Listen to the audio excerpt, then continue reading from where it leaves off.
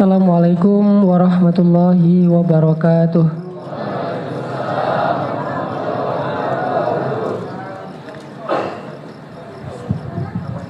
Innal hamdalillah hamdan katsiran thayyiban mubarakan fih kama yuhibbu rabbuna wa yarda. Asyhadu an la ilaha illallah wahdahu la syarikalah wa asyhadu anna Muhammadan abduhu wa rasuluhu la nabiyya ba'dah. Allahumma shalli wa sallim wa barik ala sayyidina Muhammad wa ala alihi wa ashabihi wa man tabi'ahu ila yaumil qiyamah. Bapak Ibu, teman-teman sekalian yang dirahmati Allah Subhanahu wa taala. Sebelum kita masuk kepada materi kajian kita pada malam ini, coba teman-teman sekalian yang punya aplikasi Al-Quran di handphonenya membuka firman Allah di dalam surat At-Tolaq, surat 65, surat At-Tolaq ayat ke-2. Saya akan bacakan potongan terakhir dari ayat kedua surat At-Tolaq sampai ayat ketiga. Kemudian nanti potongan terakhir dari ayat keempat dan ayat kelima. A'udzu billahi minasy syaithanir rajim. Bismillahirrahmanirrahim. Wa man yattaqillaha yaj'al lahu makhraja wa yarzuqhu min haitsu la yahtasib. Wa man yatawakkal 'ala Allahi fahuwa hasbuh. Innallaha balighu amrih. Qad ja'ala Allahu likulli syai'in qadra. Kemudian ayat keempat terakhir. Wa man yattaqillaha yaj'al lahu min amrihi yusra. Dzalika amrullahi anzalahu ilaikum. Wa man yattaqillaha yukaffir anhu sayyi'atihi wa yu'zim lahu ajra. Shadaqallahul azim. Artinya, barang siapa yang bertakwa kepada Allah, maka Allah akan menjadikan baginya jalan keluar dan memberikannya rezeki dari arah yang dia tidak sangka-sangka. Barang siapa yang menyerahkan urusannya kepada Allah, niscaya Allah akan mencukupkan segala keperluannya. Sesungguhnya Allah melaksanakan urusan yang dikehendakinya. Sesungguhnya Allah telah mengadakan ketentuan bagi tiap-tiap sesuatu. Kemudian di ayat keempat terakhir, dan siapa yang bertakwa kepada Allah, Allah akan menjadikan dari setiap urusannya kemudahan. Itulah perintah Allah yang diturunkannya kepada kalian, dan barang siapa yang bertakwa kepada Allah, niscaya Allah akan menghapus kesalahan-kesalahannya dan melipat gandakan pahala baginya. Shadaqallahul azim. Teman-teman yang dirahmati Allah Subhanahu wa taala, di penggalan yang tadi saya baca di surat At-Tolaq, Allah tuh kayak ngasih kita satu quote, satu kalimat bahwa kesuksesan seorang hamba itu Allah letakkan di dalam ketaatan. Ini kata-kata kuncinya adalah kesuksesan orang Islam itu Allah letakkan di dalam ketaatan. Allah tidak meletakkan kesuksesan seorang hamba itu di dalam dosa. Jadi nggak ada cerita beruntung orang yang pernah berbuat dosa, itu nggak ada. Kan suka ada yang ngomong gini, ini dia baru-baru hijrah gitu. Dia bilang, kalau dipikir-pikir kayaknya ada untungnya juga dulu saya pernah nakal. Gara-gara dulu saya pernah nakal, sekarang saya hijrah. Gara-gara dulu saya pernah nggak jelas hidupnya, sekarang saya jadi tahu bahwa saya tuh harus kayak gimana. Ini kalimat seperti menyilangkan dua hal yang nggak nyambung. Karena nggak mungkin dosa itu memberi keuntungan tuh nggak mungkin. Sebagaimana ketaatan memberi kerugian itu juga nggak mungkin. Nggak ada ceritanya orang yang berbuat baik terus rugi, itu nggak ada. Kalau dia bertransaksinya dengan Allah. Kalau dia berdagangnya dengan Allah, itu nggak ada tuh. Tapi kalau dia berdagang dengan manusia bisa nyilang. Karena manusia banyak kurangnya. Kalau dia berdagang dengan Allah nggak mungkin bersilangan kayak gitu. Nggak ada ceritanya orang yang berdagang dengan Allah dengan cara sholat, puasa, sedekah,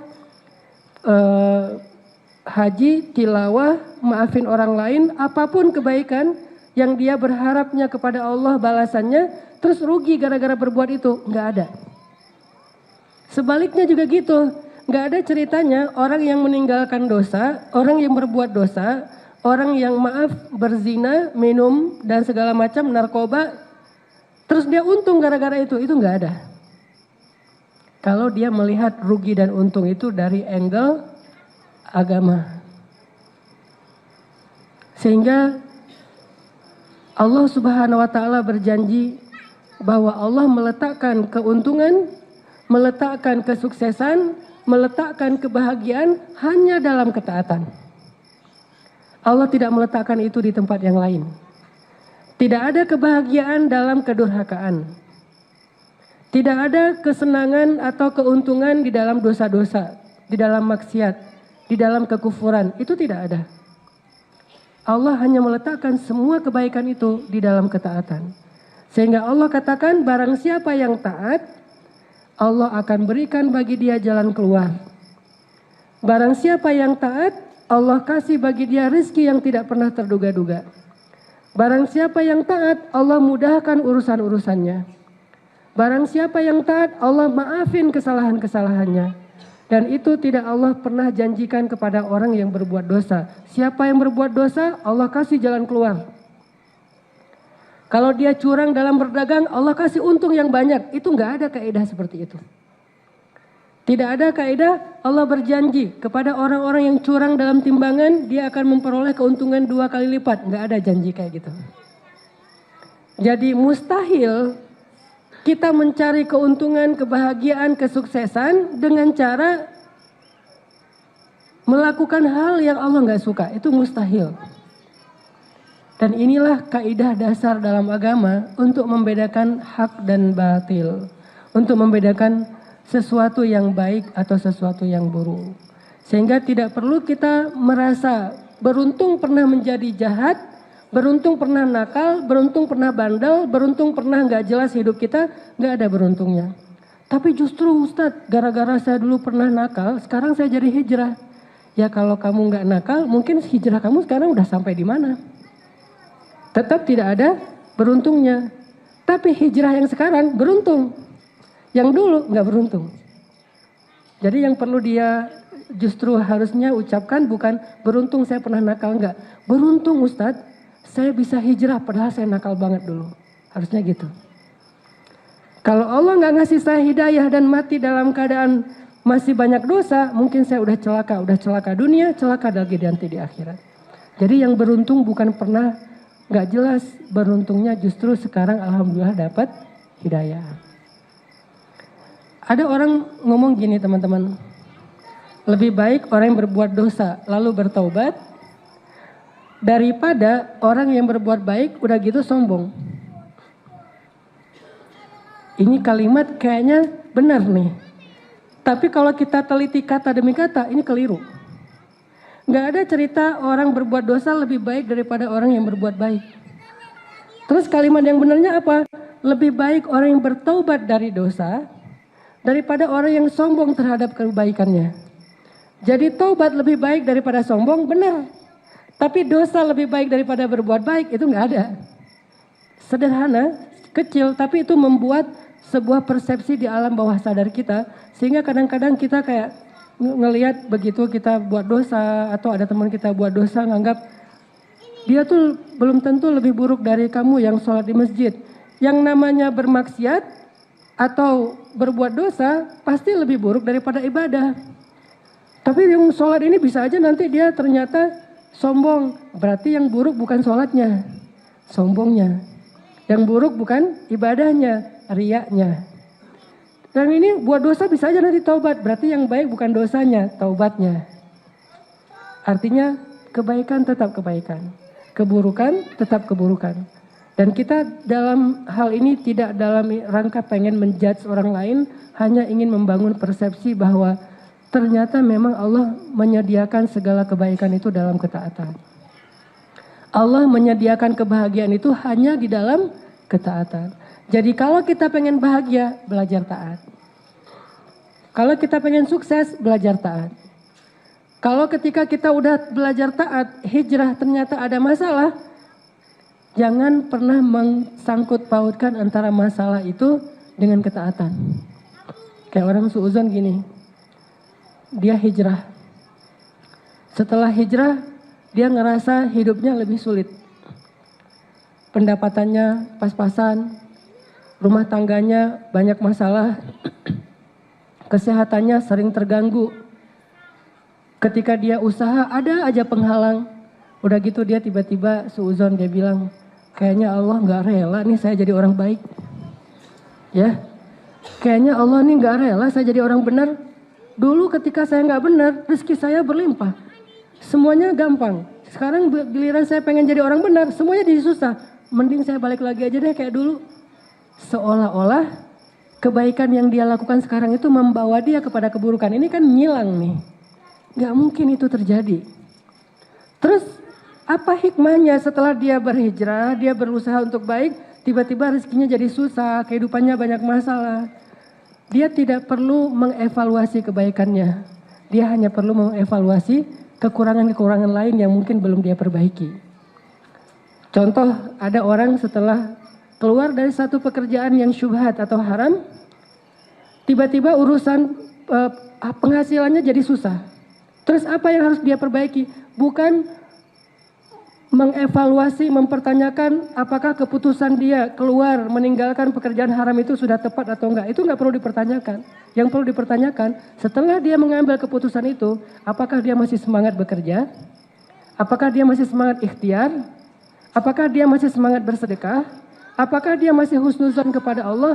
Terus memperbaiki diri, karena enggak mungkin keputusan yang baik itu membawa dia kepada kecelakaan. Mustahil.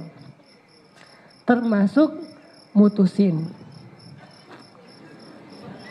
Nggak ada ceritanya nih gua nih jadi nggak dapat sama dia gara-gara dulu nggak pengen pacaran. Nggak ada. Karena belum tentu juga kita pacaran 10 tahun sama dia terus jadian. Belum tentu kan? Pengalaman. Belum tentu juga kita yang udah kenal lama jadi sama dia. Betapa banyak yang bahkan nggak kenal tiba-tiba jadian. Yang dikecengin sekian tahun gak jadi. Yang sama sekali diamit-amitin, amit-amit dah pokoknya sama dia jadi tuh. Ini artinya tidak ada ceritanya melakukan sesuatu yang gak baik menguntungkan kita, melakukan sesuatu kebaikan merugikan kita, itu gak ada. Sehingga teman-teman yang dirahmati Allah Subhanahu wa taala, coba kita renungkan, kalau dalam hidup kita selama ini kita punya masalah, sepertinya kita masih kurang baik. Karena kalau kita ada masalah, pasti masalah itu muncul dari keburukan-keburukan kita. Bisa keburukan hari ini, bisa keburukan kita yang di masa lalu.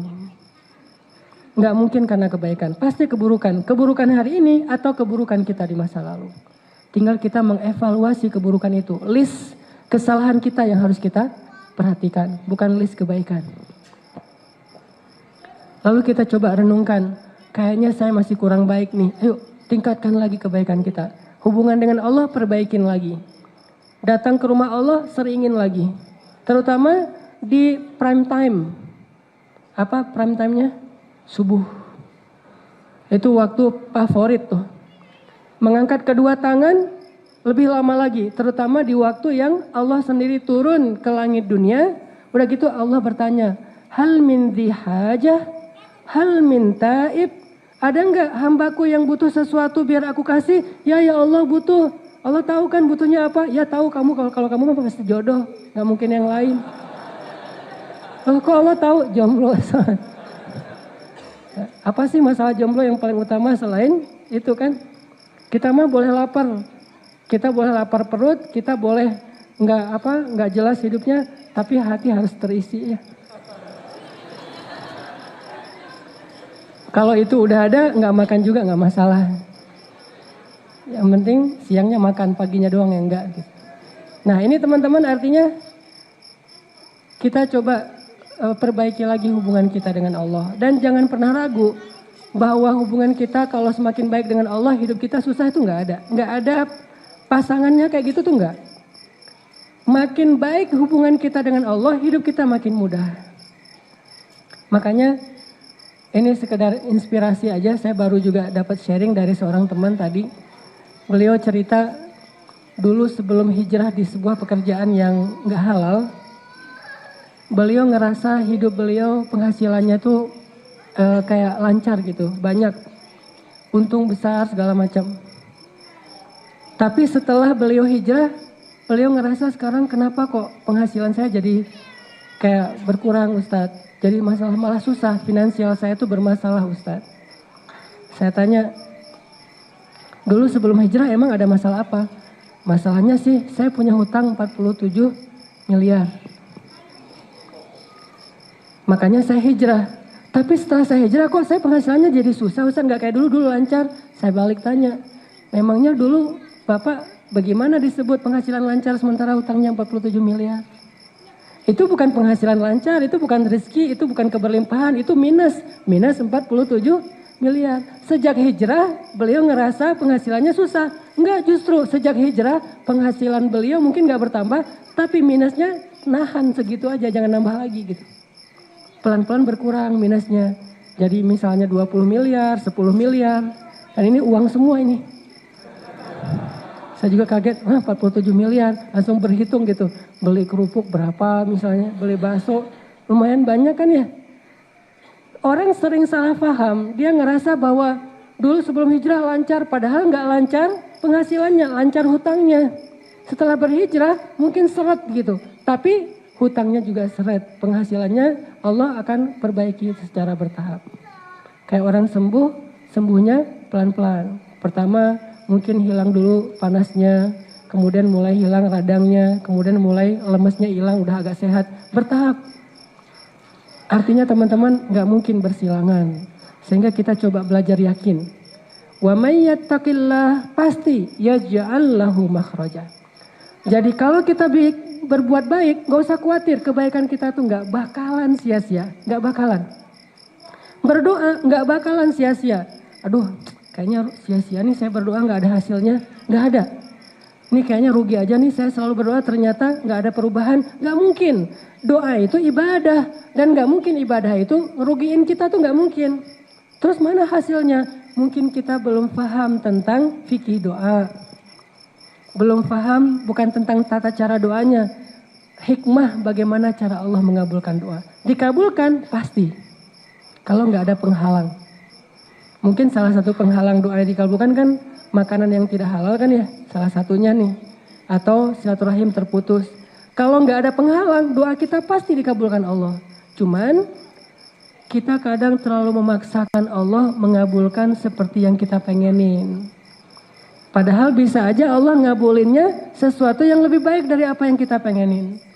Atau Allah mengabulkan doa kita dengan memberikan kebaikan yang sama nanti di akhirat. Toh kita hidup tuh nggak sekali, kita hidup tuh 2 kali, dunia dan akhirat. Dan bahkan dunia itu kita cuma hidup sebentar 60-an tahun dan itu pendek banget loh. Kita nggak pernah ngebandingin sih, makanya nganggap kayak usianya panjang 60 tahun. Coba bandingkan dengan umat kaum Nabi Solih, kaum Ad dan Samud, berapa usianya? Rata-rata 1.500 tahun, 2.000 tahun. Nabi Nuh dakwahnya doang 950 tahun. Usianya lebih dari itu. Sehingga dulu ada ibu-ibu ya, lagi nangis di atas kuburan anaknya. Anaknya meninggal ABG gitu. ABG meninggal, SMA juga belum lulus gitu, meninggal. Entah tabrakan, entah apa gitu. Meninggal, ibunya nangis di atas kuburan. Nah, kasihan kamu ya, meninggal muda, belum sempat menikmati hidup, gitu-gitu deh, merintih, meratap. Lewat seorang ulama di zaman itu, umat Nabi Solih. Ibu, kenapa menangis? Ini anak saya meninggal muda, kasihan. Emang usia berapa dia meninggal? Masih ABG. Berapa? 300 tahun. 300 tahun ABG coba. Terus ulama ini bilang, wah ibu, bersyukurlah dikasih usia 300 tahun. Karena nanti akan muncul suatu generasi, suatu umat yang usianya hanya 60 tahun. Ibu ini kaget, hah manusia 60 tahun? Gak salah tuh. Kita 60 tahun tuh udah lama loh. Bagaimana kan 60 tahun itu gak ada apa-apanya. Sampai ibu itu mengatakan, kalau saya cuma dikasih usia 60 tahun, bakalan saya pakai itu seumur hidup saya hanya dengan 1 kali sujud. Bayangin sujudnya aja 60 tahun. Kita sujud panjang dikit, gak bangun-bangun, ketiduran kan.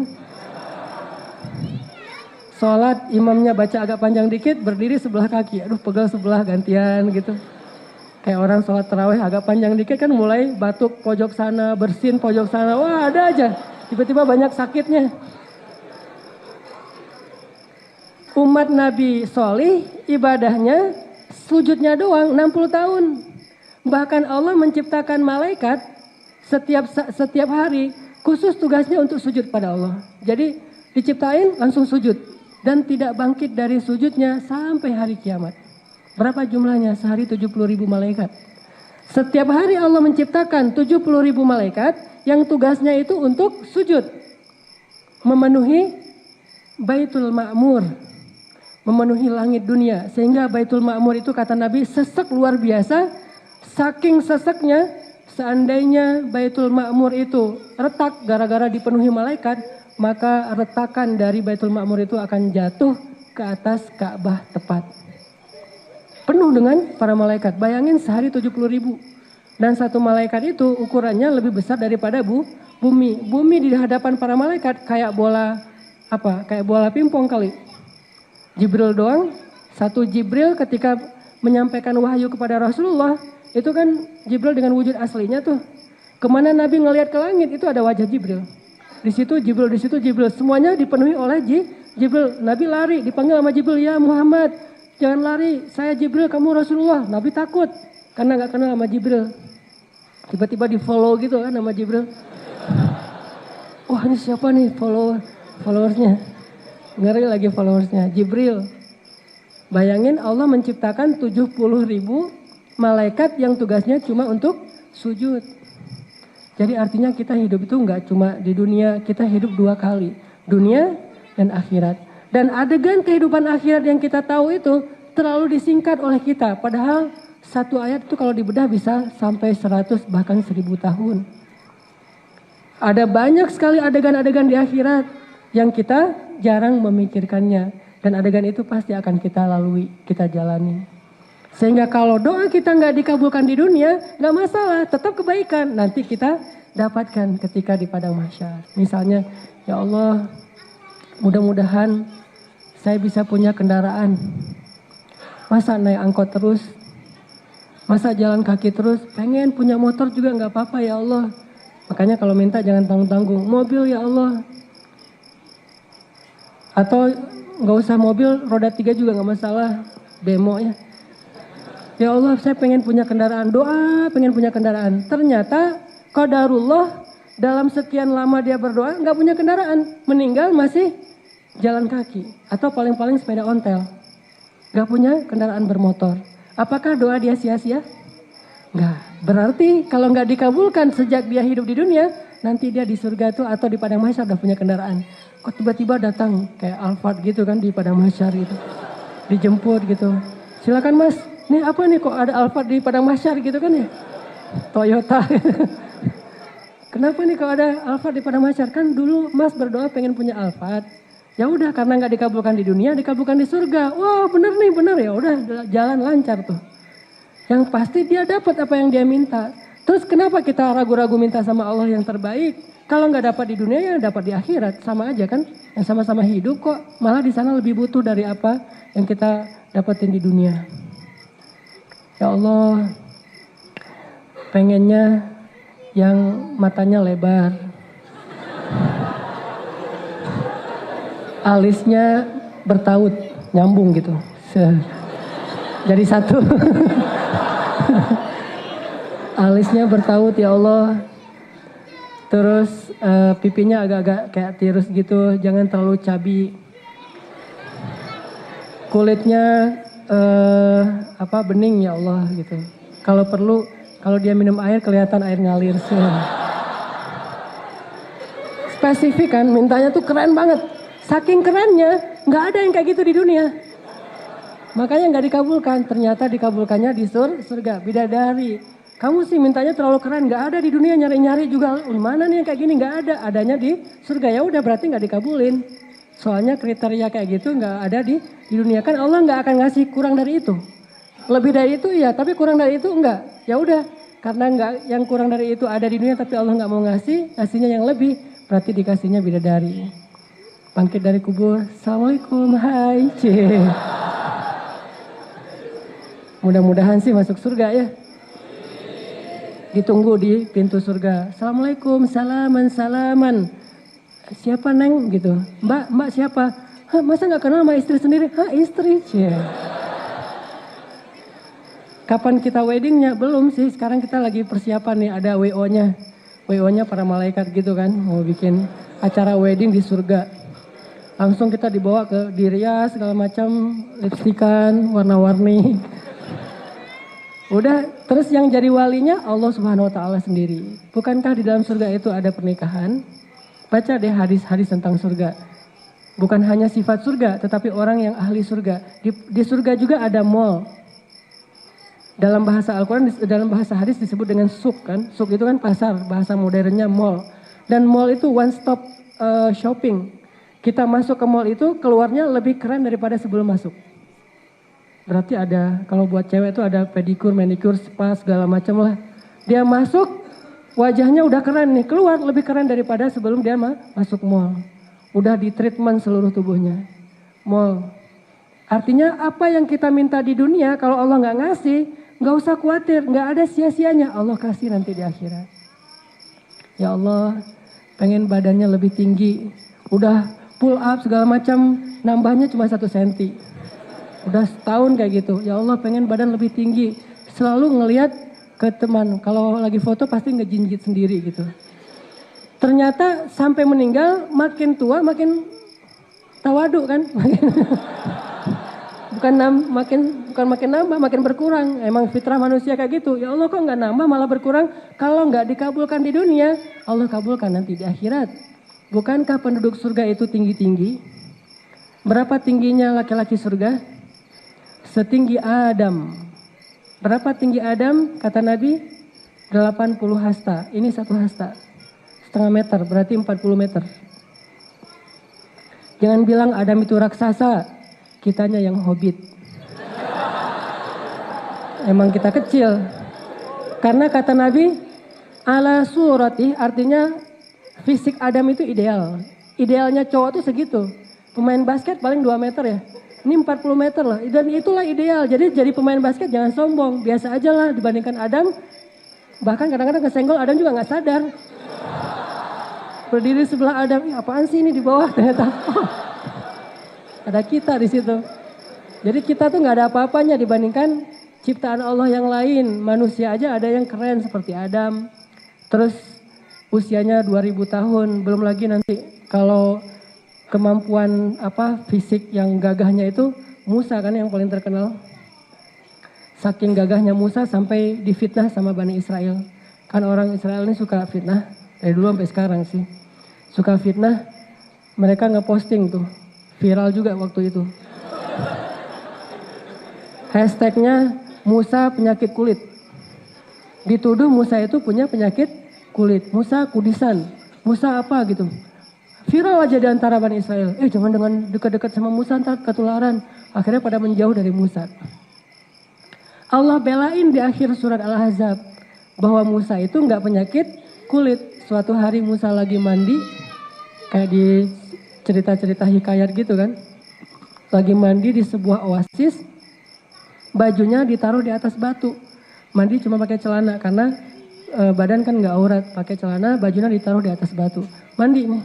Pas sudah selesai mandi mau ngambil baju, ternyata batunya udah pindah. Tadi batunya ada di sini, tiba-tiba udah sekitar 10 meter ke sana.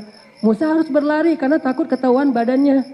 Kelihatan orang lain lari mau mengambil baju di atas batu, batunya lari. Dikejar sama Musa. Hajar, saubi hajar. Baju saya batu, baju saya batu, baju batu. Kayak gitu aja. Ngejar-ngejar baju di atas batu. Batunya lari dan itu di tafsir akhir surat Al-Ahzab itu ada hadisnya. Gimana baju Musa dibawa lari sama batu dengan qadarullah. Lari, kemana larinya? Ke pusat-pusat orang banyak. Jadi ada skate parknya Bani Israel gitu lewat. Anak-anak Bani Israel lagi main skate gitu, lagi nge-trick gitu ya. Tiba-tiba Musa lari gitu, kayak indoor runners gitu kan, lari ngejar-ngejar baju. Ternyata wajah tubuh Musa tuh keren banget ya. Anak-anak skate jadi kayak ngelamun gitu ngeliat wajah dan tubuh Musa. Ternyata badan kita kalah sama badan Musa, lebih atletis, lebih six pack gitu. Kan perut Nabi juga six pack. Gak tahu six atau berapa, yang jelas berbentuk perutnya. Kata sahabat kan di perut Nabi itu kayak ada lipatan kertas ya. Atau kayak ada batu yang tersusun, itu namanya six pack. Jadi orang yang one pack, berarti dia gak ikut sunnah Nabi tuh.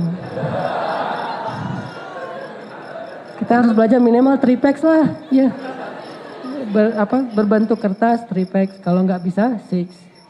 Musa ngejar lagi, terus setelah di daerah-daerah kayak skate parknya anak-anak Bani Israel, pergi lagi ke tempat anak-anak yang lagi main BMX, pokoknya anak-anak street lah pokoknya dijalanin tuh. Dikejar sama Musa, sampai berhentinya di mana? Di pasarnya Bani Israel, di tengah pasar. Tuh batu berhenti di tengah pasar, akhirnya diambil bajunya oleh Musa, dipakai langsung, batunya dipukul sama Musa. Retak batu, bayangin. Musa itu jawaranya Bani Israel. Berani loh sama gue nih. Paling jago tuh di antara Bani Israel. Batu aja retak sama Musa. Jangankan batu, kakaknya Harun itu dipegang janggutnya, dilempar kan sama Musa. Terkenal Musa ini sebagai kayak kalau sekarang mungkin kayak MMA lah, mixed martial art. Jadi gulat bisa main bawah, tengah, atas, pokoknya jago lah, juara di ultimate fight. Ini Musa nih di zamannya. Fisiknya seperti Adam, tingginya, kuatnya seperti Musa, wajahnya seperti Yusuf.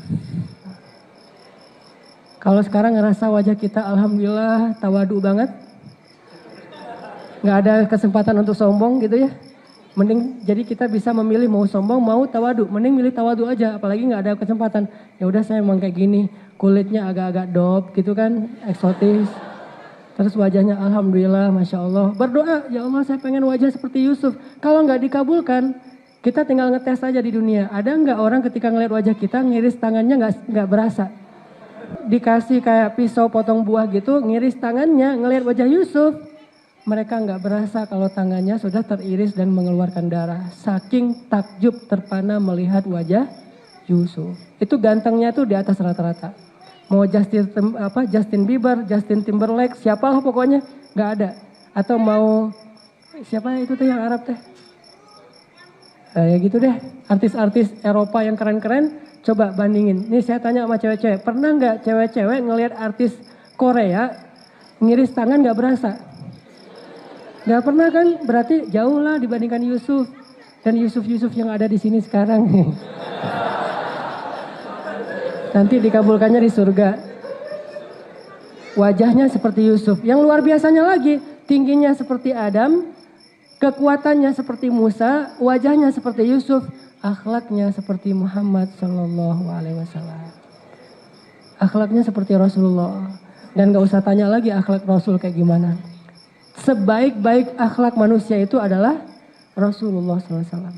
Dan inti dari akhlak Nabi itu cuma dua. Ra'fah, rahmah. Ra'ufun, rahimun. Ra'fah itu ngerasa gak enakan. Rahmah itu pengen ngelakuin sesuatu yang baik untuk orang lain. Itulah inti dari akhlak Rasulullah. Gak enakan orangnya. Ada yang datang ke rumah Nabi gak pulang-pulang, Nabi gak enak mau nyuruh pulang. Datang sahabat, datang ke rumah Nabi, udah gitu makan, setelah makan curhat. Rasul saya gini, Rasul boleh selfie dulu sebentar, Rasul apa segala macam. Kan Nabi kan kayak lebih daripada selebgram kan ya. Semua orang pengen ketemu Nabi. Tapi Nabi tuh gak enak mau nolak, Nabi tuh gak enak nyuruh mereka pulang. Mau ngelihat jam, kasih isyarat gitu, udah jam berapa ya sekarang, gak pada ngeh. Nabi kayak diam-diam aja, mereka gak pada ngeh. Akhirnya karena Nabi gak enakan, sampai Allah sendiri yang nyuruh mereka pulang. Turun ayat. Kalau kalian datang ke rumah Nabi, makanlah. Kalau udah selesai makan, pulanglah. Sampai gitu coba. Karena udah turun ayat, Nabi gak enak gak menyampaikan. Karena itu perintah Allah. Akhirnya Nabi bilang, udah turun ayat loh. Kata semua, oh Masya Allah, Alhamdulillah. Turun ayat ya Rasul, bacain. Bener nih bacain, bener. Kalau kalian udah selesai makan, pulanglah. Oh gitu, pulang.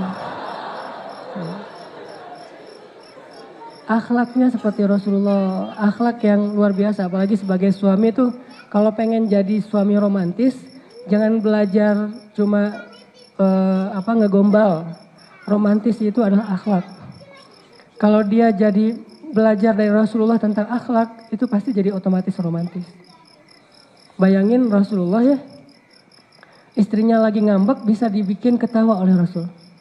Lagi bete bisa ketawa oleh akhlak Rasul. Kita orang lagi ketawa bisa bete oleh akhlak kita.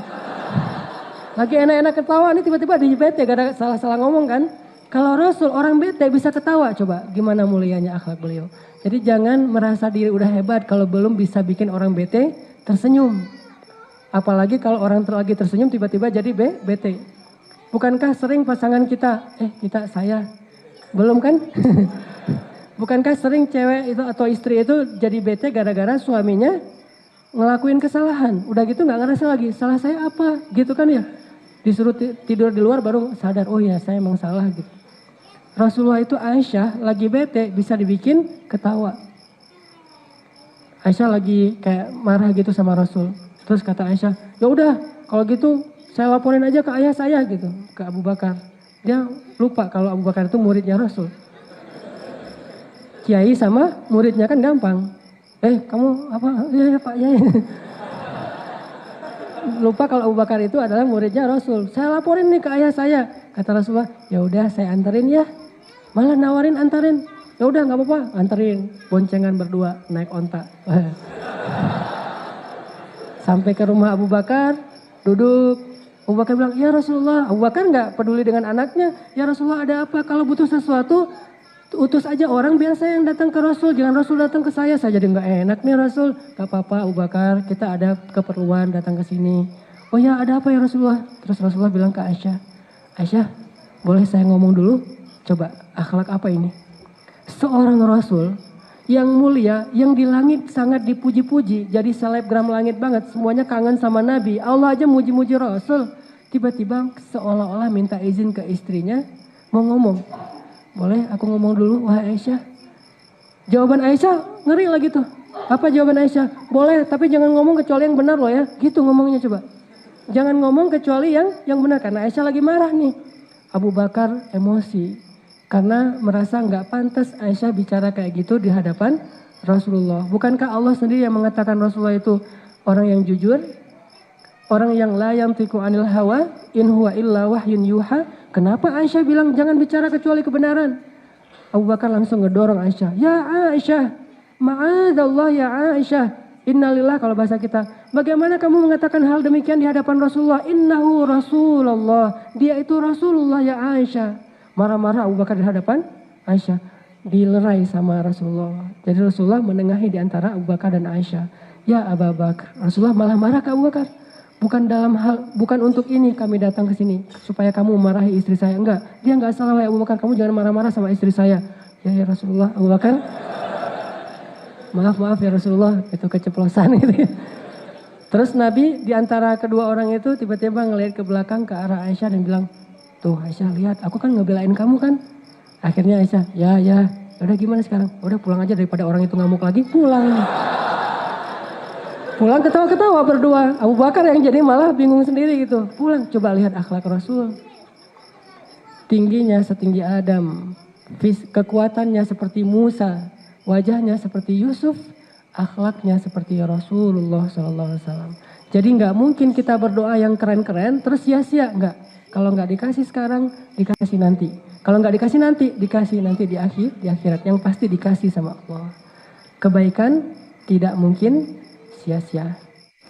Teman-teman yang dirahmati Allah Subhanahu wa taala, tadi kita masih membahas satu kalimat, satu hikmah bahwa kebaikan itu enggak mungkin sia-sia. Salah satu contohnya berdoa.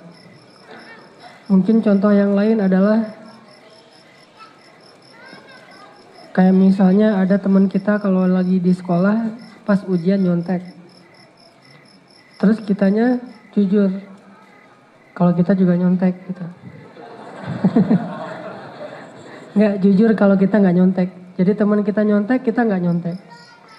Cuma ngelirik aja. Nah, ternyata yang nyontek ini nilainya lebih bagus. Namanya juga nyontek. Terus akhirnya dia disayang guru. Atau bahkan mungkin diterima di kampus mana gitu, di sekolah mana yang favorit. Sedangkan kita yang jujur, nilainya ya semampu kita. Akhirnya tidak mendapatkan pendidikan di universitas yang kita pengenin. Seperti teman kita yang tadi nyontek. Nah ini semuanya jangan sampai membuat kita jadi suudzon lalu menyilangkan kebaikan dengan keburukan. Saya sih kayaknya terlalu idealis. Kalau dulu saya nyontek mungkin saya udah masuk kampus itu. Ternyata gara-gara saya jujur, sekarang saya jadi kayak gini. Nggak ada. Yakinlah bahwa kita dulu jujur tetap berbuah kebaikan. Cuman kebaikan kan nggak harus selalu seperti yang kita bayangin. Bisa kebaikannya adalah dalam bentuk kesehatan. Bisa kebaikannya dalam bentuk mental yang paling penting. Gara-gara kita nggak nyontek, gara-gara kita jujur, karakter kita lebih baik daripada dia. Mental kita lebih tough daripada dia. Sehingga suatu saat ketika ada masalah menghadapi realitas hidup, kita lebih siap daripada dia. Tetap jujur itu baik. Makanya Nabi mengatakan, alaikum bisidqi. Fa inna sidqa yahdi ilal birr. Wa innal birra yahdi ilal jannah. Iyyakum wal kidb fa innal kidba yahdi ilal fujur wa innal fujura yahdi ilan nar. Ini kaidah nih. Kalian harus jujur kata Nabi. Karena sesungguhnya jujur membawa kepada albir, kebaikan. Dan kebaikan membawa kepada al-jannah, surga. Hati-hati dengan dusta. Karena dusta membawa kepada fujur, kedurhakaan. Dan kedurhakaan membawa kepada neraka. Jadi nggak pernah Nabi menyilangkan. Kalian harus dusta. Karena dusta membawa kepada kebaikan. Nggak ada. Tetap jujur, kebaikan pasangannya. Dusta, kedurhakaan. Itulah pasangannya. Kebaikan pasangannya, buahnya adalah surga. Sedangkan kedurhakaan, buahnya adalah neraka. Pasti kayak gitu. Makanya dari itu teman-teman kita belajar untuk yakin. Jadi pemaaf itu kebaikan apa keburukan. Tinggal kita taruh aja tuh di kotak yang mana nih. Kotak yang baik berwarna putih atau kotak yang buruk berwarna hitam. Kotak yang baik ini nggak mungkin sia-sia. Tinggal kita tanya dan jawab dengan jujur. Memaafkan itu baik apa buruk. Sehingga tidak ada cerita enak banget dia maafin, saya yang rugi dia yang untung. Gak ada. Memaafkan itu pasti untung. Orang yang dimaafin untung juga. Sama-sama untung. Tapi memaafkan lebih besar keuntungannya daripada orang yang dimaafin. Sedangkan kalau kita nggak maafin, sama-sama rugi. Nih analogi sederhananya. Ada orang yang nyakitin perasaan kita. Atau sebutlah ada orang yang curang sama kita, terus kita jadi dirugiin sama dia 100.000. 100.000 nih dirugiin sama dia. Terus ada teman kita, pihak ketiga nawarin ke kita sesuatu. Dia bilang, maafin dia ya. Walaupun dia pernah nyurangin kamu 100.000, maafin aja, dia teman baik saya. Kalau kamu maafin nanti saya ganti 10 juta. Mau enggak? Coba. Dalam kondisi kayak gitu kita ngomong enggak? Enak aja dimaafin 10 juta. Saya 100.000 hilang loh. Enggak mungkin kan? Karena kita yakin 10 juta itu lebih gede daripada 100.000. Oh ya udah saya maafin, mana 10 juta. Dan jangan bilang kalau saya enggak maafin mungkin, kalau saya enggak dirugiin mungkin saya udah dapat 10 juta 100. Gak kayak gitu sih logikanya. Makanya Allah menawarkan, ala tuhibbuna ayyaghfirallahu lakum? Tidakkah kalian suka jika Allah mengampuni dosa-dosa kalian? Caranya adalah wal ya'fu wal yasfahu. Maafkanlah dan berlapang dadalah. Allah seolah-olah nawarin sesuatu yang lebih baik daripada yang kita berikan. Dan kalau kita analogikan dengan materi tadi, seolah-olah kalau kita kehilangan 100.000 lalu kita maafin, Allah ganti 10 juta. Pasti kalau kita yakin kita akan katakan, gak apa-apa deh saya maafin demi 10 juta. Berarti masalahnya bukan mana yang baik, mana yang buruk. Yakin gak nih dengan balasan Allah? Itu doang sih masalahnya. Yakin gak kalau kita berbuat baik, Allah bakalan ngasih kita yang lebih baik dari apa yang sudah kita lakuin. Bab yakin, bab iman, bab belief, keep the faith kepada Allah Subhanahu wa Ta'ala. Makanya ada kan sahabat Nabi, orang Ansor yang dapat berita bahwa dia ahli surga, padahal dia bukan ahli ibadah sunnah. Nabi lagi nongkrong nih sama para sahabat, lagi nongkrong, tiba-tiba Nabi bilang, tunggu ya, bentar lagi ahli surga lewat. Ditungguin sama para sahabat. Lewat seorang laki-laki. Terus sahabat nanya, itu ya Rasul? Ya. Wah, kepo kan? Ahli surga. Besok ternyata Nabi ngomong lagi, orang yang sama lagi lewat. Sehingga seorang sahabat Nabi, kalau nggak salah namanya Abdullah bin Amru bin As, dia penasaran, stalking nih. Buka IG-nya, akunnya apa. Dia posting apa aja sih kok jadi ahli surga. Pas dilihat posting ibadahnya biasa-biasa aja. Paling sholat 5 waktu, nggak ada yang luar biasa. Yang lain juga gitu. Posting tentang sedekah, kayaknya dia jarang sedekah, paling juga zakat. Posting tentang puasa, jarang puasa sunnah, paling juga Ramadan. Posting tentang tilawah, standar-standar aja lah, 1 hari 15 juz, nggak ada yang luar biasa gitu. Nggak 1 hari 1 juz gitu, standar lah ya, nggak ada yang istimewa.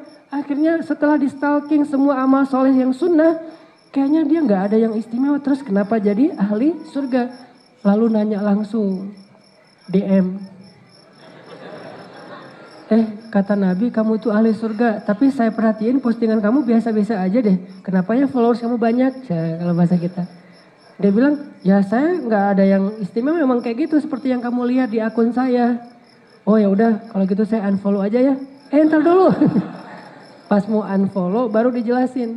Mungkin ini nih, coba yang kamu nggak ngelihat, coba lihat instastory saya. Ya. Jangan lihat postingannya doang. Oh gitu, lihat instastorynya. Ternyata setelah diteliti-teliti, dia punya amal solehnya itu bukan ibadah sunnah.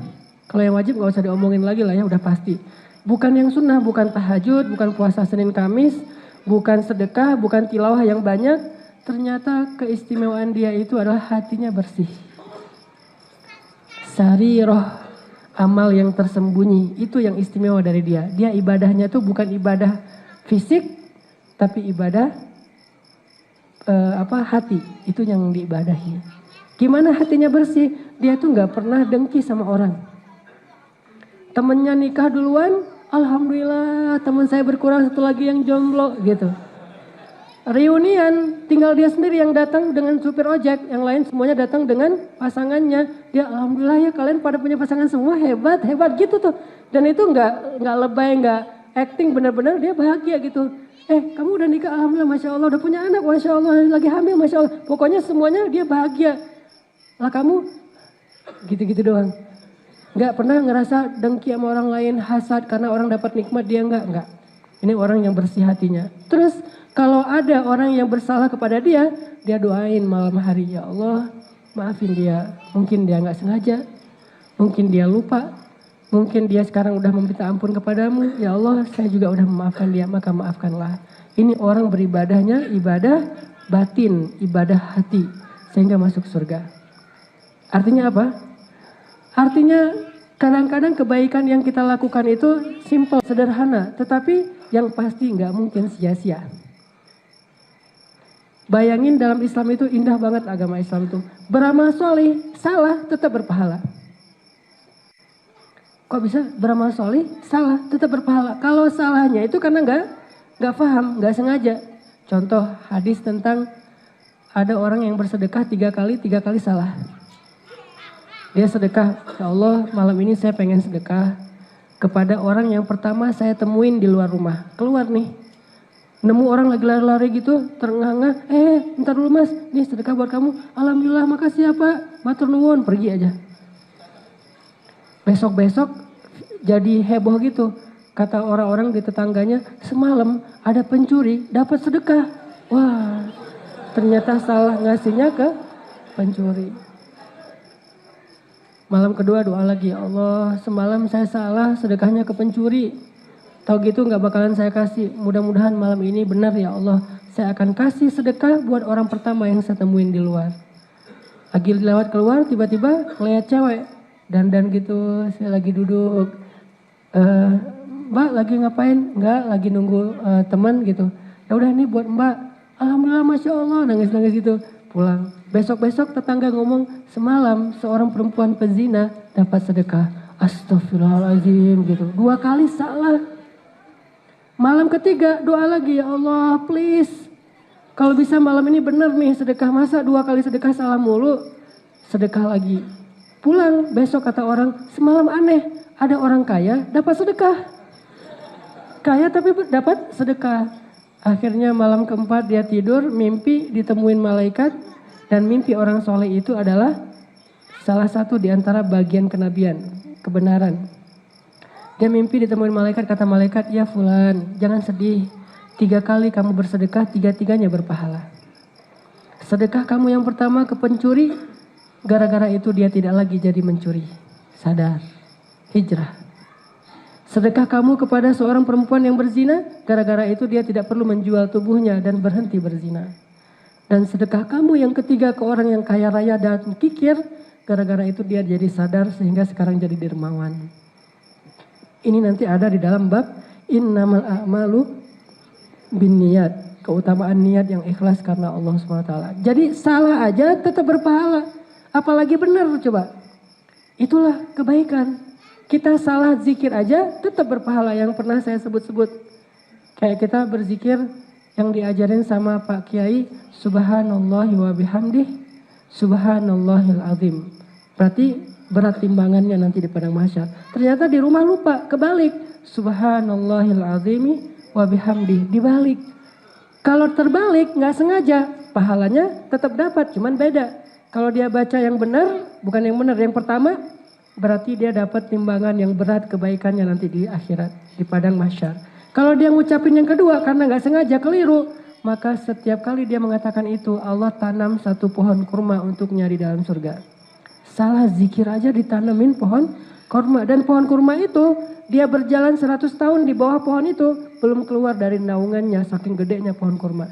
Bayangin kalau sehari teman-teman pengen punya kebun yang luas. Ucapin aja subhanallahil azimi wa bihamdi. Subhanallahil azimi wa bihamdi 100 kali. Alhamdulillah ya Allah kebun saya 100 pohon kurma, itu gede loh. Dan itu janji Rasul. Dan itu terjadi mudah banget. Kalau kita pengen punya saldo gede nanti di akhirat, tinggal bilang la haula wala quwata illa billah. La haula wala quwata illa billah itu adalah kalimat yang kata Nabi seperti barang harta karun disimpannya itu langsung di bawah arasy. Tiba-tiba pas nanti di akhirat kita jadi orang kaya raya. Nih kekayaan kamu, nah dari mana nih? La haula, subhanallah, alhamdulillah, zikir-zikir yang luar biasa. Salah ngomong aja kalau zikir tetap berpahala. Salah, misalnya ada teman kita dapat musibah, alhamdulillah, salah kan ya? Musibahnya apa? Baru diputusin misalnya, alhamdulillah, maksudnya innalillah, alhamdulillah juga sedikit. Salah ngomong nih, alhamdulillah zikir, tetap berpahala. Apalagi kalau benar, walaupun sebetulnya dapat musibah itu enggak selalu taraju, enggak selalu innalillah. Mengucapkan alhamdulillah ketika musibah itu pahalanya gede banget. Cuman kan enggak mampu kita ketika ada musibah kematian, orang yang kita cintai wafat, alhamdulillahirabbil alamin, kan enggak kuat ya, iman kita belum selevel itu. Tapi ada hadis Nabi mengatakan, ada seorang bapak, seorang ayah yang kehilangan putra kesayangannya. Satu-satunya anak yang dia miliki masih kecil meninggal. Allah bertanya kepada malaikat dan Allah lebih tahu jawabannya. Ya malaikat, siapa yang engkau cabut nyawanya? Kata malaikat, seorang bayi ya Allah, laki-laki. Kata Allah, bagaimana keadaan ayahnya ketika bayinya wafat? Dia mengatakan, alhamdulillah, innalillah wa inna ilaihi raji'un. Ya Allah, dia sabar. Allah bertanya lagi, apakah dia punya anak yang lain selain itu? Kata malaikat, tidak. Apakah dia mencintai anaknya itu? Sangat. Terus Allah bilang, wahai malaikat, saksikanlah sesungguhnya aku bangun untuk dia sebuah istana di dalam surga dan aku beri nama istana itu dengan nama Baitul Hamdi, istana pujian. Karena dia mengatakan alhamdulillah baru innalillah ketika dapat musibah paling besar, kehilangan anak satu-satunya. Dan ini hanya boleh kita amalkan untuk diri sendiri. Kalau orang lain kena musibah jangan alhamdulillah gitu, jangan. Innalillah, saya ikut berduka cita. Enggak, kalau diri sendiri baru alhamdulillahirabbil alamin. Minimal alhamdulillah ala kulli hal, innalillah wa inna ilaihi rajiun. Artinya zikir kalimatan thayyibah asluha sabitun wa far'uha fis sama tu'ti ukulaha kullahinin biizni rabbiha. Gimana aja baik aja pokoknya yang namanya kalimah kebaikan di sisi Allah. Tapi kalau kita ngucapin selain zikir, benar aja kadang-kadang gak berpahala. Kalau zikir keliru aja, bukan salah mungkin ya, keliru aja berpahala. Makanya kebaikan itu gak bakalan sia-sia.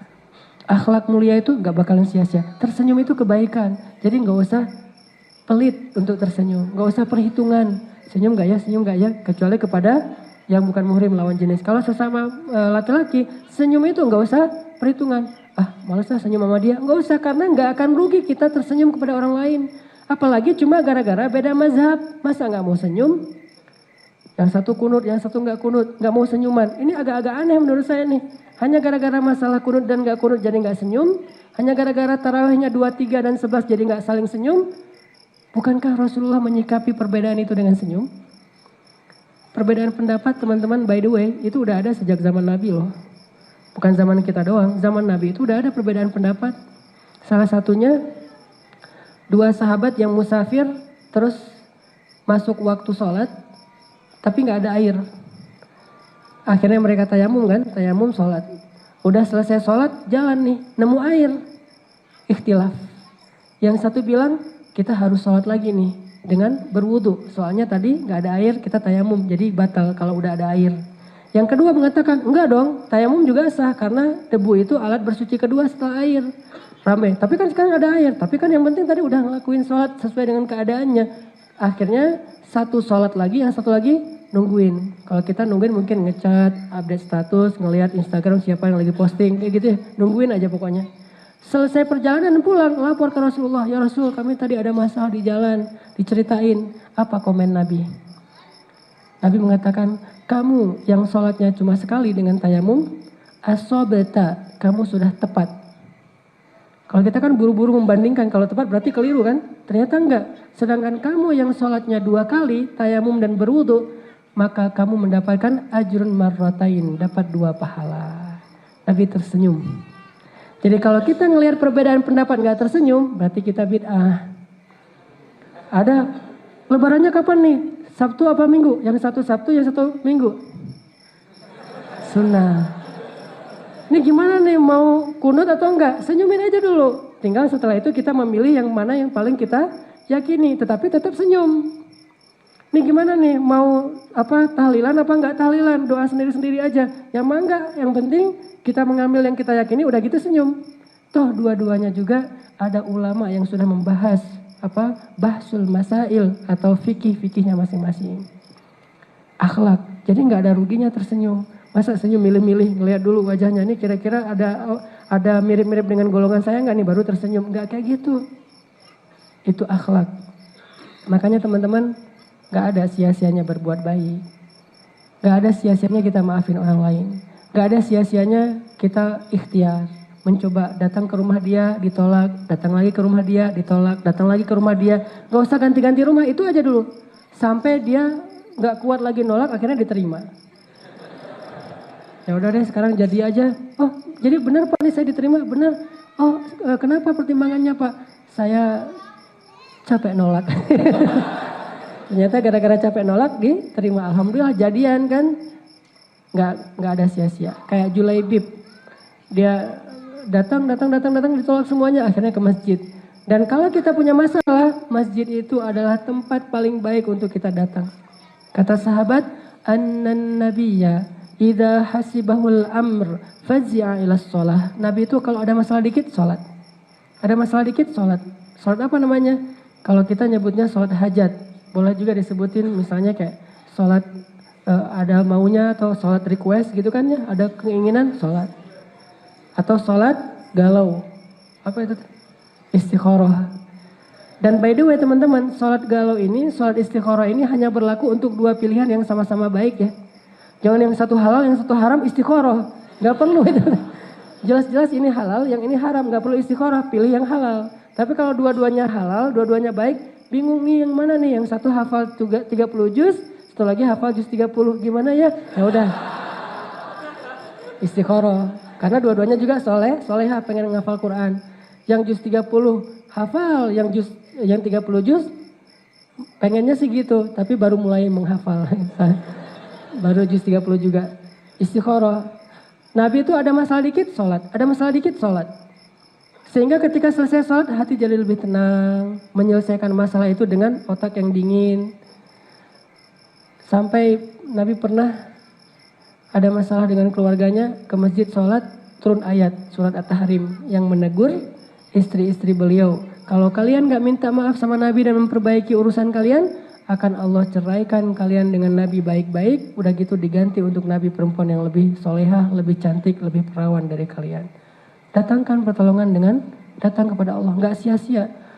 Saya udah sholat tapi tetap aja kayak gini hidup saya. Enggak, kalau gak sholat mungkin lebih parah dari itu. Untung udah sholat.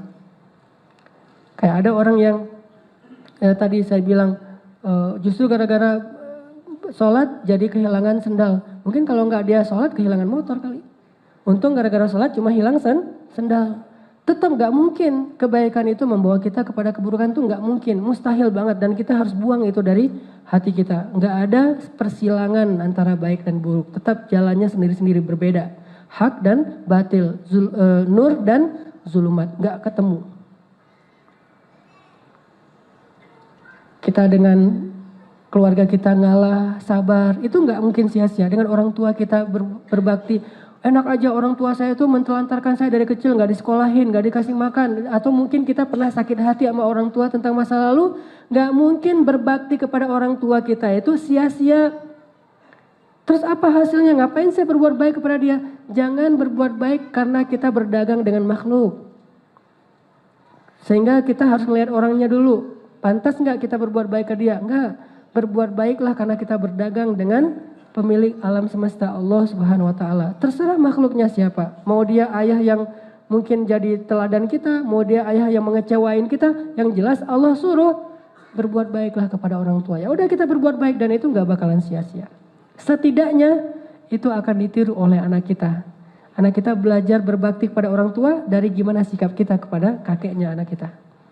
Oh ayah tuh kalau ketemu kakek kayak gitu, kalau kakek ngomong ayah diem, kalau kakek marah ayah senyum, kalau kakek misalnya minta tolong ayah tolongin, kalau kakek misalnya mau berdiri ayah pegangin, kalau kakek misalnya haus ayah ambilin air, Atau minimal gelas airnya ambil sendiri misalnya.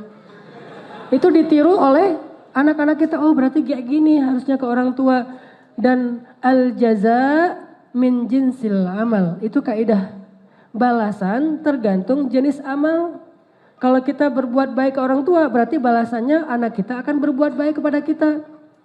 Kalau kita mak comblangin teman kita, nanti orang akan mak comblangin kita. Al-jaza min jinsil amal. Berarti salah satu tips untuk hijrah status, sering-sering mak comblangin teman kita. Lu mau nikah ya biar gue bantuin. Lu mau nikah ya biar gue bantuin. Terus aja suatu saat tiba-tiba ada yang ngebantuin kita untuk menikah. Kalau gak dibantu manusia lebih baik lagi biar Allah yang membantu. Yang tadi hatinya biasa-biasa aja tiba-tiba jadi terpaut. Allah yang membolak-balikan hati. Al-jaza min jinsil amal. Balasan itu tergantung jenis amal. Ada lagi kaidah al-jaza ala qadril masyaqqah. Balasan itu tergantung tingkat kesulitan dalam berbuat baik. Kayak misalnya kita sholat satu shaf yang bareng. Tapi balasannya beda-beda tergantung jarak rumahnya dan kesulitan dia untuk datang ke masjid. Dan kaidah ini walaupun bukan hadis tapi diambil dari ayat dan hadis disimpulkan oleh ulama. Jadilah sebuah kaidah fikih. Sehingga kita belajar Islam memang tetap harus dari ulama. Intinya teman-teman berbuat baik gak akan sia-sia. Nabi sabar dengan istri-istrinya yang sedang ngambek cemburu-cemburuan ternyata berbuah kebaikan. Kadang-kadang menyelesaikan masalah itu bukan dengan ngeluarin ayat dan hadis. Ini ada yang unik ya. Saya perhatiin rata-rata Nabi itu kalau istrinya lagi ngambek gak pakai ayat dan dalil loh. Aisyah dengerin nih, saya bersabda. Gak ada kan? Ini bukan riwayat Bukhari Muslim, riwayat beliau sendiri lebih sahih lagi kan daripada Bukhari Muslim nih. Kenapa Nabi gak pakai hadis itu? Kita ada masalah dikit dengan pasangan langsung googling. Istri yang solehah itu kayak gimana? Cari browsing, udah gitu dapat langsung forward ke istri. Mah nih baca nih hadisnya. Nabi aja gak gitu-gitu amat pemilik hadis loh. Mah tuh ada tuh hadis lupa apa Bukhari apa Muslim apa Imam Ahmad. Pokoknya hadisnya sahih. Nabi aja tinggal bilang hadisnya riwayat saya dari saya oleh saya. Udah selesai. Apalagi masalahnya. Tapi Nabi gak pakai tuh hadis untuk memarahi istrinya. Kalau Nabi menyampaikan hadis tentang perempuan yang solehah, pasti momennya lagi normal, bukan lagi marahan. Kalau lagi marahan, Nabi gak pakai hadis itu. Nabi pakai akhlak. Berarti likulli maqamin maqal. Segala kondisi itu ada teksnya. Jangan asal balighu anni walau ayah. Sampaikan walaupun satu ayat. Kita gak peduli konteksnya. Asal ada salah langsung kita serang dengan dalil-dalil neraka. Padahal Nabi itu mubasyiran wa mundiran. Menyampaikan surga dulu baru neraka. Coba teman-teman baca surat Nuh ya. Ayat 1 sampai ayat terakhirnya kan cuma satu halaman tuh. 1 halaman setengah. Jarak ayat 1 dengan ayat terakhir itu cuma 1 halaman setengah. Tapi pada realitanya 950 tahun. Selama 950 tahun Nabi Nuh berdakwah. Nabi Nuh tuh doain yang baik-baik. Ya Allah, mereka sudah saya dakwahin, maafkanlah mereka, wahai kaumku, minta ampun kepada Allah, maka Allah begini, yang baik-baik tuh. Baru setelah 950 tahun doa Nabi Nuh, ya Allah hancurkanlah orang kafir sehancur-hancurnya. Jangan biarkan mereka berkembang biak dan hidup di bumi sehingga mereka berbuat kerusakan. Itu jaraknya 950 tahun. Kita baru hijrah pulang ke rumah, langsung ayatnya sesungguhnya neraka itu seburuk-buruk tempat. Jangan. Neraka belakangan. Nomor 1 adalah surga. Karena ayatnya basyiran wa nadhiran. Basyirannya berapa lama? Bisa setahun, bisa 5 tahun, baru nanti nadhiran. Jangan baru datang nadhiran. Tak kapan basyirannya? Gak kayak gitu kaidah dakwah Rasul. Nah Rasul ketika ada masalah dengan keluarganya, gak langsung ngeluarin dalil. Tapi akhlak. Lagi duduk nih Nabi sama Aisyah. Aisyah dari tadi pagi bikin kue. Kalau kita kayak nastar gitu. Dan Aisyah itu istri Nabi yang gak terlalu pandai memasak. Tahu gosip siapa istri Nabi yang pintar masak? Ummu Salamah. Itu istri Nabi yang paling pintar masak. Kalau bahasa kita mah Ummu Salamah cake gitu. Ada cake-nya sendiri, ada punya brand gitu. Keren pokoknya masakannya. Terkenal di kota Madinah. Kalau Ummu Salamah masak dan dikirim ke rumah Aisyah, itu yang bikin Aisyah cemburu sampai ngelemparin piring kan. Kalau yang ngirimnya Saudah, mungkin piringnya gak akan dilempar. Kalau yang ngirimnya yang lain-lain, mungkin piringnya akan dilempar. Karena ini yang ngirimnya Ummu Salamah, pasti masakan Aisyah kalah sama Ummu Salamah. Makanya Aisyah cemburu waktu itu. Aisyah lagi duduk sama Rasulullah. Aisyah habis masak kue gitu, halawa kalau bahasa Arab. Tiba-tiba datang Saudah. Assalamualaikum. Saudah itu istri Nabi yang paling tua. Waalaikumsalam. Dan Saudah itu masuk gengnya Aisyah. Karena istri Nabi itu punya 2 geng kata ulama. Geng yang satu isinya Aisyah, Hafsah, Saudah. Geng yang satu lagi isinya Zainab binti Jahsy, Maria, Sofia, Ummu Salamah. Ini beda geng nih. Saudah termasuk gengnya Aisyah. Kenapa? Gara-gara Saudah ngasih jatah malam dia untuk Aisyah. Kan Saudah pernah mau dicerain sama Nabi karena Nabi nggak bisa memberikan hak ya kebutuhan biologisnya Saudah. Saudah gimana ya? Daripada saya zalim, gimana kalau kita jalan sendiri-sendiri aja? Kalau bahasa sekarang, gimana kalau kita jadi adik kakak aja gitu ya? Dan Saudah nggak mau diputusin karena menjadi istri Nabi itu kehormatan kan? Kata Saudah, ya Rasulullah, jangan ceraikan saya, berikan saja jatah saya kepada Aisyah. Karena saya walaupun nggak dapat jatah itu di dunia, saya berharap dibangkitkan di hari kiamat berstatus istri Rasulullah SAW. Akhirnya diberikan jatah itu ke Aisyah, jadilah geng Aisyah. Nah, Saudah bertamu ke rumah Aisyah. Assalamualaikum, waalaikumsalam. Duduk Saudah. Rasulullah tadi kan lagi makan sama Aisyah kue. Pas duduk kata Aisyah, Saudah kebetulan nih gue hari ini habis bikin kue loh, enak loh. Rasulullah aja makannya habis banyak. Oh gitu ya, yuk coba kamu coba deh wahai Saudah. Kata Saudah, males lah, saya lagi males makan. Kata Aisyah, ini bikinnya capek dari pagi, rasain satu aja pasti kamu ketagihan. Enggak, males kata Saudah. Ya Saudah, harga orang gitu kayak makan satu aja minimal, namanya orang bertamu. Mulai emosi nih Aisyah. Kata Saudah, enggak gitu. Akhirnya Aisyah marah. Kata Aisyah, kalau kamu nggak makan, saya lemparin nih tepung ke wajah kamu. Kata Saudah, monggo. Silahkan kalau kamu mau lemparin. Dilemparin betulan loh. Diambil tepung, dilemparin ke wajah Saudah. Akhirnya wajah Saudah jadi kayak gimana gitu. Nah dalam kondisi kayak gitu, Rasulullah mengangkat kakinya dari Saudah, menaruh kakinya di atas paha Aisyah. Ditekan sama Rasul sehingga Aisyah nggak bisa bergerak. Lalu Rasul memberi isyarat kepada Saudah. Maksudnya balas gitu. Saudah pas dapat isyarat dari Nabi boleh dibalas, ambil tepung lagi dilemparin ke wajah Aisyah. Lemparan tepung. Sama-sama jadi kayak hantu gitu kan. Wow Saudah gitu-gitu, jambak-jambakan. Tapi itu bukan pembulian ya.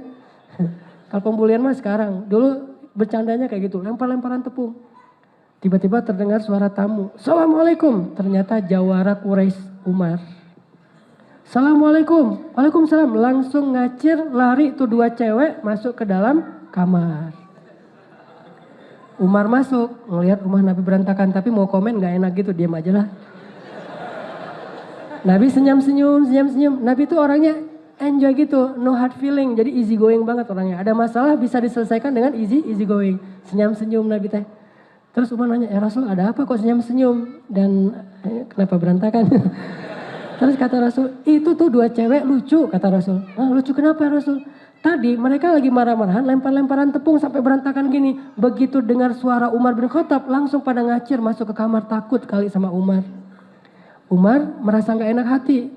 Terus Umar berteriak ke arah kamar mengatakan, wahai 2 istri Nabi, kalau bahasa kita, cewek-cewek, kalian takut sama Umar tapi gak takut sama Rasulullah. Umar tersinggung soalnya harusnya takut ke Rasul kan, jangan ke Umar. Kalian takut kepada Umar tapi gak takut kepada Rasulullah, kata Umar. Tiba-tiba 2 cewek itu ngomong dari dalam kamarnya. Ya, soalnya engkau wahai Umar ghalidhun syadid. Cowok yang kasar lagi keras. Sedangkan Rasulullah itu cowok yang lemah lembut lagi baik hati. Oh, beres. Pulang deh Umar, coba lihat Rasulullah. Ada sia-sia beliau tersenyum, sia-siakah beliau bersabar, sia-siakah beliau mengalah? Enggak.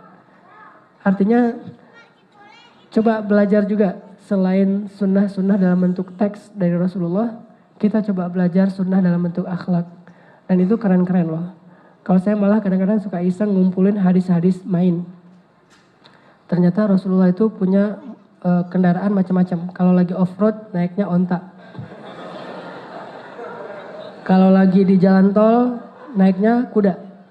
Kalau lagi cuma ke warung-warung dekat di RT-nya aja, di RW-nya naiknya keledai, punya 3 kendaraan. Jadi di garasi Nabi itu 3. Dan bukan orang miskin kan, cuman beliau orang yang zuhud.